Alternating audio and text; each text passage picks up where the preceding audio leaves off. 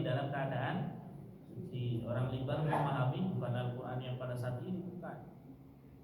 Tapi dari turun temurun dari para ulama, sahabat, tabi'in itu meyakininya ya mushaf, lembaran-lembaran yang ada tulisan Al-Quran, dan itu kita sebagai Ahlus Sunnah mengikuti itu.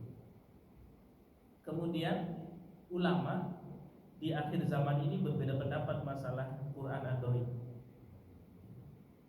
Ada yang mengatakan tetap harus memiliki wudu untuk berhati-hati.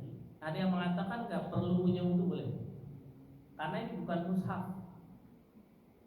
Ini itu seperti pantulan. Jadi setelah dikaji sama pakar, itu Quran Android itu seperti apa? Contoh gini Bu, Ibu pegang Quran, kemudian ditaruh di depan kaca. Kira-kira Ibu bisa nggak baca yang di kaca itu?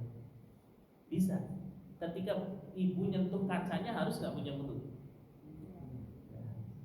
Itu yang dikaji oleh ulama-ulama sekarang. Kalau cari dalilnya dari hadis Nabi nggak ada. HP aja adanya kapan? Iya kan? Tapi kajian ulama gitu. Ada yang mengatakan untuk berhati-hati punya wudu, ada yang mengatakan boleh nggak punya wudu karena itu bukan mushaf. Seperti ketika Al-Quran ditaruh di depan kaca cermin, itu kan kita bisa baca di cerminnya tuh. Boleh nggak pegangnya? Itu jelas ulama mengatakan boleh, karena itu bukan mushaf. Tapi kayaknya nggak patut ya ditaruh di Al-Quran. Selama dibuka nggak boleh lah, di kamar mandi, di WC ya. Makanya aplikasi Al-Qurannya jangan taruh di paling depan tuh, nanti di WC kelihatan. Jadi gitu ya, itu dapat pahala tuh. Dan baca Al-Quran bagi yang nggak hafal lebih utama melihat. Jadi baca Quran itu walaupun hafal, bahkan walaupun hafal diutamakan tetap lihat apa mushaf. Jadi dia dapat pahala baca Quran, matanya juga dapat pahala. Kecuali para penghafal Quran ya. Kalau para penghafal Quran kan memang dia harus mengulang-ulang apa hafalannya. Kalau melihat terus gimana hafal? Mungkin ada yang lain.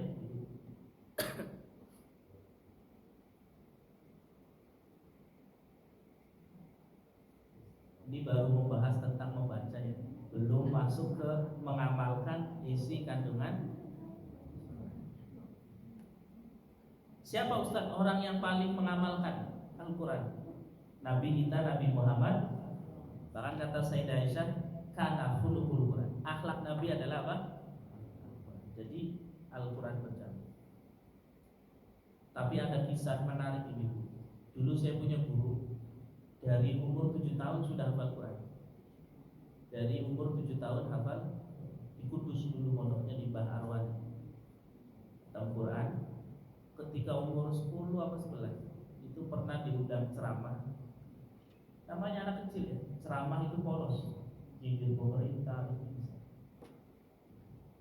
Habis turun dari panggung dibawa ke kantor polisi. Anak kecil diinjek-injek sama polisi. Besoknya 2 polisi mati semua. Al-Quran diinjek-injek. Al-Quran dia apa?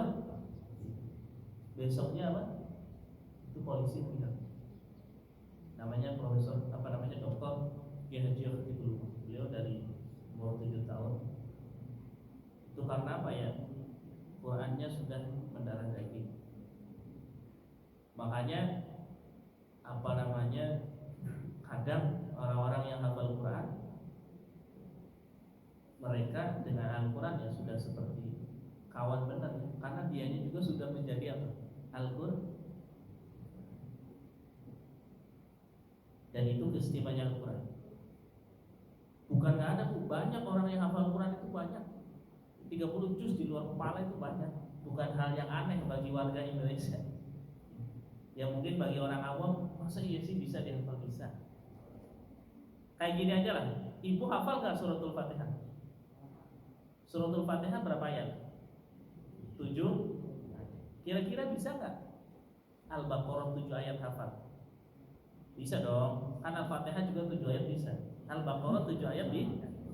7 ayat lagi bisa nggak? Terus saja sampai juz 30 bisa. secara manusiawi cukup ya ibu-ibu, bapak-bapak. Kalau tidak ada pertanyaan, ya, insya Allah kita masih ada berapa pertemuan lagi nih? Satu ya, masih ada satu pertemuan. Karena mungkin tanggal 30 sudah malam takbiran, bisa jadi ya. Ataupun di antara kita juga ada yang mudik. Tapi bapak-bapak ibu yang dimuliakan Allah Subhanahu wa taala, kita terus istiqomah, jangan sampai di Ramadan ramai nanti Syawal sepi lagi. Oh iya iya. Metode cara menghafal Al-Quran yang paling optimal menghafal Quran ya? Kayaknya bapak-bapak di sini mau pada menghafal Quran.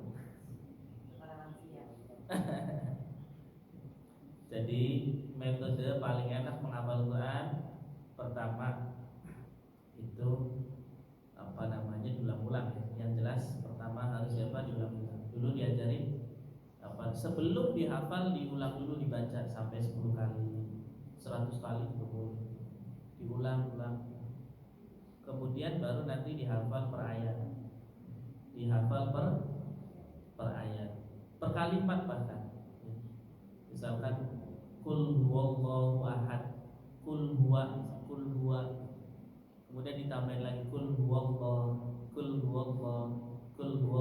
ditambahin lagi kul huwallahu ahad. Jadi kayak gitu.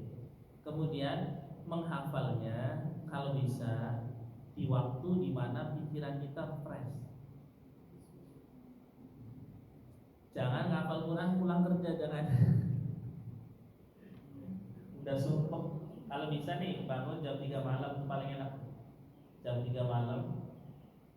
Dulu saya ketika menghafal Quran, kalau ngafal jam 3 malam, sekali ngafal nih, sampai menjelang subuh itu dapat seperempat juz.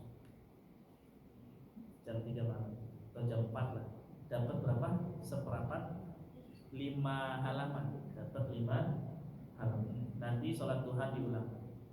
Itu paling enak tuh. Karena di situ bangun tidur belum mikirin apa-apa. Belum mikirin yang macam-macam. Tapi kalau pulang kerja habis asar, itu otak udah capek. Jangan kata ngafalin Al-Baqarah ya. Ngafalin kuliah aja nggak jadi itu. Bolak-balik terus. Jadi ketika menghafal harus fresh, harus apa? Kemudian yang ketiga nggak banyak maksiat, nggak banyak apa? Imam Syafi'i itu pernah mengubah syair.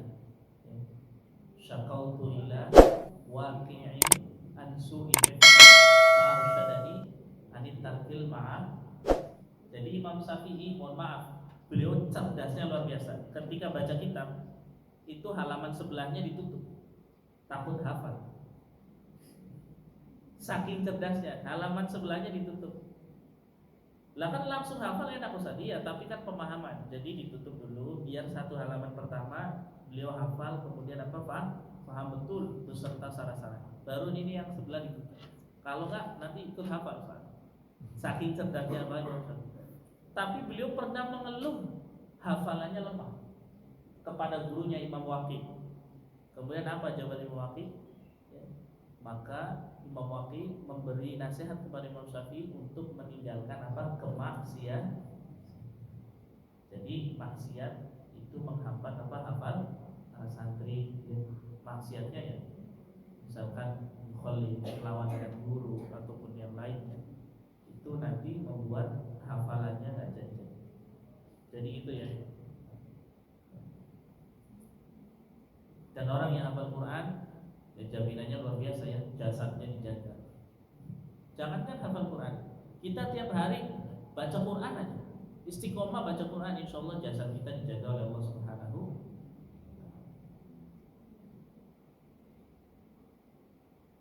Gitu ya, Pak.